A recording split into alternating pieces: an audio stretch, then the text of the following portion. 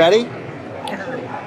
Hi, we're here at the University of Oregon, and they've got an immersive media communication program. And this is Donna Davis. Donna, how are you? I'm fabulous. I heard that it's been really busy for you. It's been incredibly busy. We have very rarely had this kind of a slow minute since we were here at 8 o'clock yesterday morning. So it's been, we've seen a great deal of interest in our program, which is really exciting. That is fantastic, and I feel lucky that we came at just the right time. Yeah, you did. Okay. So tell me about the program. Tell me about what you're doing. We are a graduate program, a master's in immersive media communication at the University of Oregon in the School of Journalism and Communication.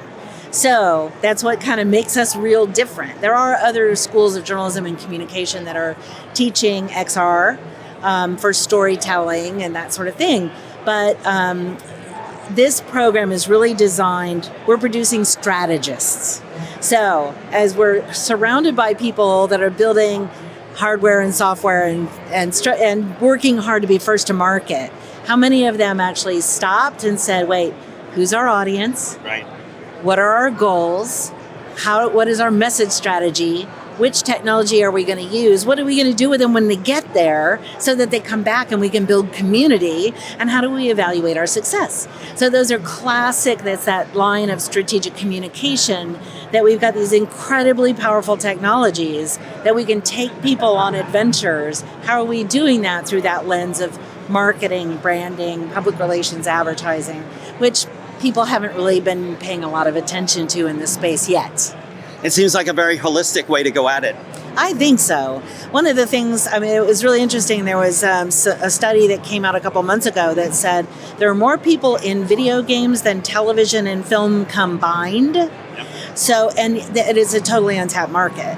Not that we want to go in and cut their experience with advertisements, but how do we build brand recognition in these spaces? Those things that happen everywhere all the time anyway. Yes. And how do we do it in a way that gamers will accept it, which is that understanding your audience. Exactly. Yeah. Also, I understand that you've got students here. I have 10 students that are here with me this week. That's fantastic. Who do you? Is this one of your students? It is, Luke. Come on over and say hi. Luke is one of my graduates. You thought I was going to let you off the hook, right? I did just graduate last weekend. Well, congratulations. Thank you. 2 days ago. And how do you feel about the program? And Donna won't beat you too hard if you say something bad. It was great. I entered knowing I was interested in extended reality.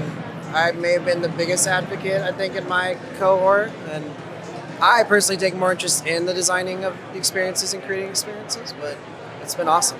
So what direction are you going to be going in? What's your expertise? I like research, so it might be a stepping stone into the PhD, which isn't normal. But if I do research, it will be in augmented reality and probably, society in augmented reality. But if not that, if there's an alternate path, I think just creating some AR experiences for social good and seeing how we can utilize AR for the betterment of humanity is kind of... So before you entered this program, how did you find out about it and what made you decide on this program?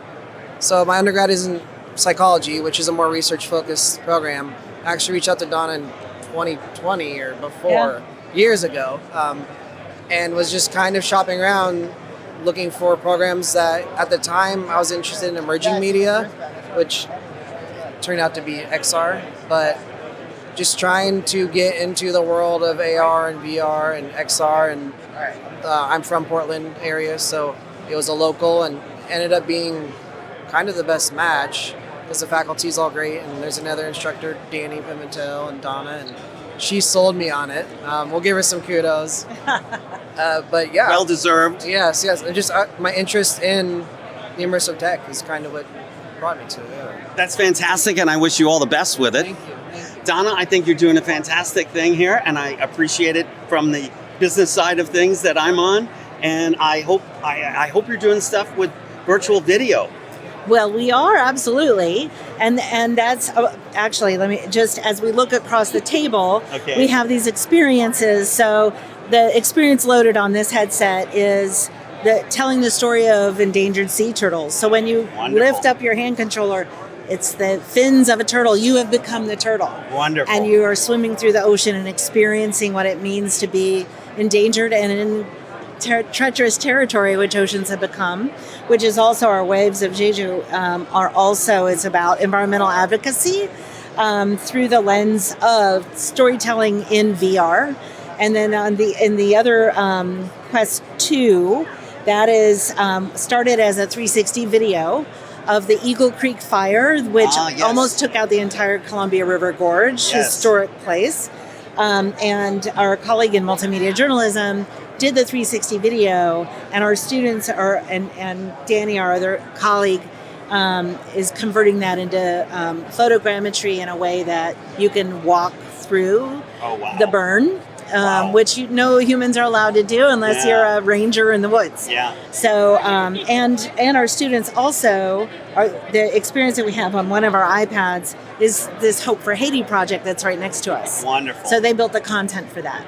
So, and we have a student that came out of filmmaking who's very much interested in that next iteration of filmmaking in VR and XR, and is doing some really fascinating work. The students are coming from such a diverse background, diverse interests, diverse experience, and each of them come in with a different perspective of, I want to study this or I want to study that. We had somebody who built an embodied AI agent and trained it to the entire U.S. tax code. Wow.